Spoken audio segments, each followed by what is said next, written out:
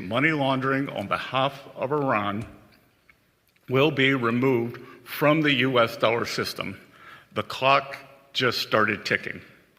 The new sectoral sanctions determinations issued today target 5 of Iran's most vital lifelines that it exploits in other countries: digital assets, technology, gold, aviation, and shipping.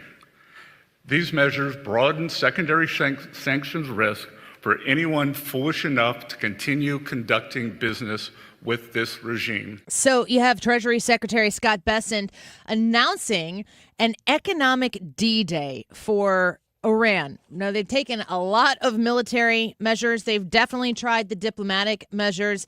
And just today, they have issued the understanding that they are going to go full economic onslaught against Iran. Now, the question will be, how effective will this be in getting Iran to back down? The economic way might do the trick. We'll see. Let's talk to our friend Steve Moore. Joins us once again, co-founder of the Committee for Prosperity, host of More Money. Steve, thank you for being with us today. It's an important day as we listen to the Secretary of the Treasury talk about a very, very strong effort against Iran. It is. And by the way, I apologize for being a little late for the show today. I was actually listening to what the Treasury Secretary was saying live to make sure I understood exactly what he was announcing. But it is, as you just quite correctly said, this is a full guns a-blazing that we're going to try to bring pressure on not just Iran, but all the countries of the world to cooperate with the United States, economically isolate Iran so they have no choice but to act like a civilized country and stop attacking ships going through the Strait of Hormuz and to open up those oil channels. You know, whether this, by the way, what took so long? Why didn't we do this 2 or 3 months ago? That's my only question, because this, I think, is a very promising approach. Just since the Secretary announced this half hour ago or so, the world oil price has fallen and the Dow Jones has risen. So the markets like this. We'll see if it works. So I want to get your thoughts on this. We took the initial remarks that he made at the podium before he took questions from the press, and because we were moving on with the show, we thought we got the substance of what he was saying here. But how well thought out is this plan? How long has Bessent been chomping at the bit to implement this? That's a great question, Annie. I wish I had the insider information to tell you the answer to it.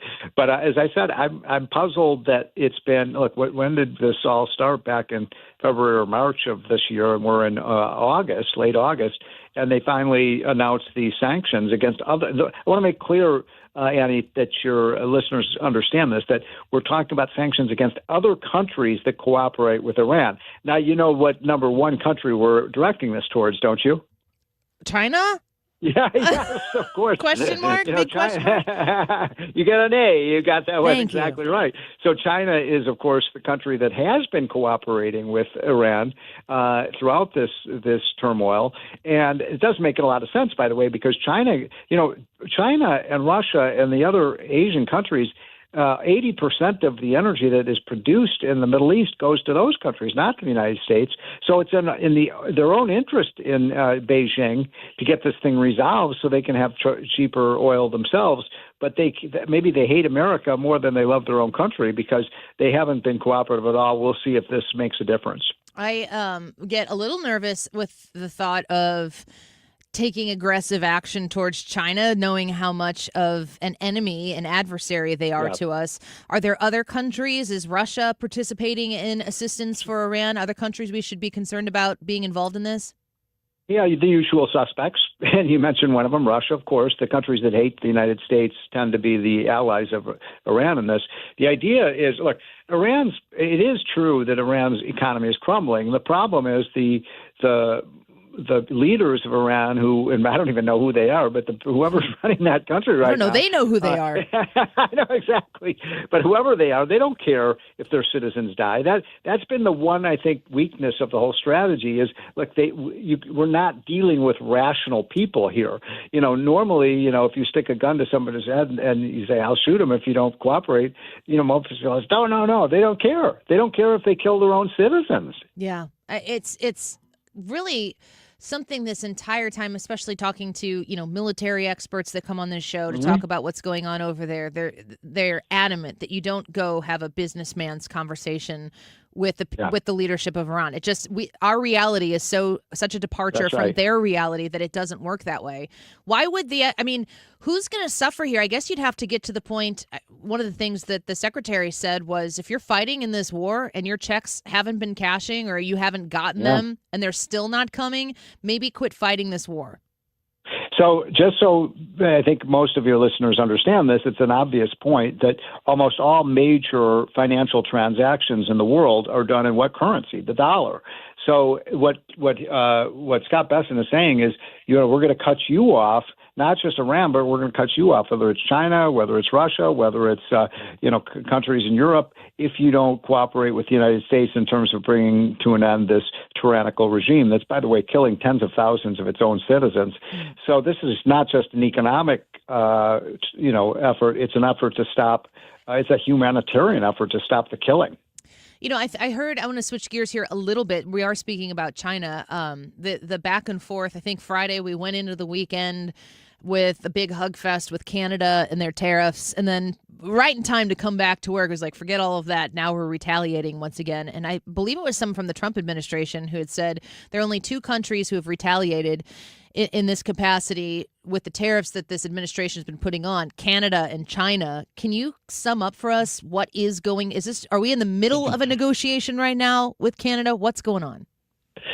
Well, first of all, I've always been in favor of a North America free trade zone where all of North America down to the bottom of Mexico up to Canada, that we become the kind of economic center of the world, and we bring prosperity to all three countries, and so I want to see cooperation among our three countries. Canada has not been playing always by the rules. So they have high tariffs on our agricultural products, our lumber products, our manufacturing products, et cetera. And Trump is fed up with that, saying, look, the rules are the rules. You're not abiding by them. If you don't start abiding by them, we're going to put higher tariffs on you. Now, in my humble opinion, I'm not so sure this is the best time to be putting tariffs on these countries because, of course, if you have a tariff on these countries, then the goods that they're bringing into the United States are more expensive, and that may make the affordability crisis a little worse. So I just hope cooler minds come together. We get this thing fixed. Let's get those tariffs down as low as we can on both sides of the Canadian border. And if we do that, I think both countries will be better off. Steve Moore speaking with us right now. What is the need? Who has the upper hand in the United States-Canada relationship? Do we need Canada for any of these goods and services the way Canada is saying that we do? Yeah, so this is a really good point you make. I mean, the problem with the Canadian, strategy here is they just can't win a tit for tat. Contest because they are highly dependent on exporting to the United States. Now, we'd benefit from getting, products from Canada. I mean, my goodness, I have Canadian bacon for breakfast. but they must trade with the United States. So I think that their attempt at retaliating is probably not in the interest of the Canadian citizens. Come on, guys, get it together. Get your tariffs down. We'll get our tariffs down, and both countries will benefit. What's so hard about that? I don't know. Hopefully, not too much for us to be able to get done and get past this, so that we can have our good neighbors once again. Steve Moore, thank you for calling back in with us after you were able to take in that. We really, really appreciate it today. It's big news. Well, I'll be on time next week. I promise. All right, we'll be ready.